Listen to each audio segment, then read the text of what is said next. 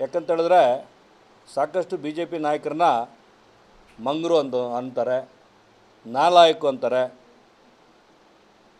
ಇಲ್ಲಿರ್ತಕ್ಕಂಥ ಚಿಕ್ಕಬಳ್ಳಾಪುರ ಮುಖಂಡರನ್ನ ನಾಮರ್ದುದು ಅಂತ ಹೇಳ್ತಕ್ಕಂಥ ಭಾಷೆ ಇದೆಯಲ್ಲ, ಇದು ಇವತ್ತಿಗೆ ಕೊನೆ ಆಗಬೇಕು. ಇನ್ನೊಂದು ಸರಿ ಏನಾದರೂ ನಮ್ಮ ಮುಖಂಡರ ಬಗ್ಗೆ ಏನಾದರೂ ಮಾತಾಡಿದ್ರೆ, ಚಿಕ್ಕಬಳ್ಳಾಪುರ ಒಳಗಡೆ ಬರಬೇಕಂತ ಹೇಳಿದ್ರೆ ಬಿ ಜೆ ಪಿ ನಾಯಕರು ಮತ್ತೆ ತೋರಿಸ್ಬೇಕಾಗತ್ತೆ. ಇವತ್ತು ಹೇಳ್ತೀನಿ, ಜಿಲ್ಲಾಧ್ಯಕ್ಷರೇ, ಬಿ ಜೆ ಪಿಯ ಜಿಲ್ಲಾಧ್ಯಕ್ಷರೇ, ಬಡ್ಡಿ ಚಕ್ರವರ್ತಿ ವಾಪಸ್ ಕೊಡ್ತೀರೋ ಅಥವಾ ಬಡ್ಡಿ ಚಕ್ರವರ್ತಿ ವಾಪಸ್ ಎತ್ಕೊಂಡು ಹೋಗ್ತೀರೋ ಅನ್ನೋದು ಮುಂದಿನ ದಿನಗಳಲ್ಲಿ 2028ಕ್ಕೆ ನಿಮ್ಗೆ ಗೊತ್ತಾಗುತ್ತೆ. ಯಾಕಂದರೆ ಬಿ ಜೆ ಪಿಯವರಿಗೆ ಆಲ್ರೆಡಿ 2023ರಲ್ಲಿ ಚಿಕ್ಕಬಳ್ಳಾಪುರದ ಜನ ಬಡ್ಡಿ ಅದ್ರ ಜೊತೆ ಚಕ್ರವಡ್ಡಿ ಎರಡೂ ಕೂಡ ಸೇರಿಸಿ ಕೊಟ್ಟವ್ರೆ. 2028ಕ್ಕೂ ಕೊಡ್ತಾರೆ. ಇದನ್ನ ತೊಗೊಂಡು ವಾಪಸ್ ಹೋಗ್ತೀರಾ. ಮತ್ತು ನೀವು ಹೇಳ್ತೀರಾ ಮುಂದಿನ ದಿನಗಳಲ್ಲಿ ನಾವು ತೋರಿಸ್ಬೇಕಾಗ್ತದೆ ಅಂತೀರಾ. ಸ್ವಾಮಿ, ದಯವಿಟ್ಟು ತೋರ್ಸೋಕೆ ಹೋಗಬೇಡಿ.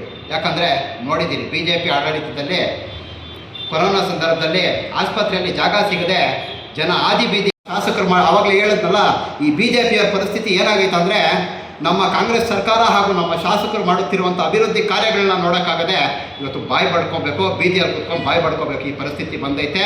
ಒಟ್ಟಿನಲ್ಲಿ ಜಿಲ್ಲಾಧ್ಯಕ್ಷರೇ, ನಿಮ್ಮನ್ನಂತೂ ಬಿ ಜೆ ಪಿಯವ್ರನ್ನ 2028ಕ್ಕೆ ಬಡ್ಡಿ ಚಕ್ರಬಡ್ಡಿ ಎರಡೂ ಸೇರಿಸಿ ಈ ಚಿಕ್ಕಬಳ್ಳಾಪುರ ಜಿಲ್ಲೆಯಲ್ಲಿ ಜನ ವಾಪಸ್ ಕೊಡ್ತಾರೆ.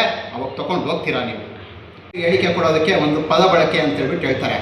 ಆಯಿತು, ಬಿ ಜೆ ಪಿಯ ಜಿಲ್ಲಾಧ್ಯಕ್ಷರೇ, ನಾಮರ್ದ ಅನ್ನೋ ಪದ ಎಲ್ಲಿಂದ ಉದ್ಭವ ಆಗಿದ್ದು? ಯಾರು ಕಾಂಗ್ರೆಸ್ ಎತ್ತಿದ್ರ ಅದನ್ನ? ಯಾರಿಗೆ ತೊಗೊಂಡಿದ್ದು? ದಾವಣಗೆರೆಯಲ್ಲಿ ಮರ್ತೋಗಿದ್ದೀರಾ? ಹೇಳ್ರಿ, ನಿಮ್ಮ ಬಿ ಜೆ ಪಿಯ ಕಾರ್ಯಕರ್ತರು ಎಲ್ಲಿಂದ ಶುರು ಮಾಡಿದ್ದು? ನಾಮರ್ದ ಅನ್ನೋ ಪದ ನಾವಲ್ಲ, ಕಾಂಗ್ರೆಸ್ ಅವರಲ್ಲ. ನಮಗೆ ಸಂಸ್ಕಾರ, ಸಂಸ್ಕೃತಿ, ನಮ್ಮ ಪಕ್ಷ ತತ್ವ ಸಿದ್ಧಾಂತಗಳು ನಮಗೆ ಕಳಿಸುತ್ತೆ. ನಾವು ಕಲ್ತ್ಕೊಂಡಿದ್ದೀರಿ.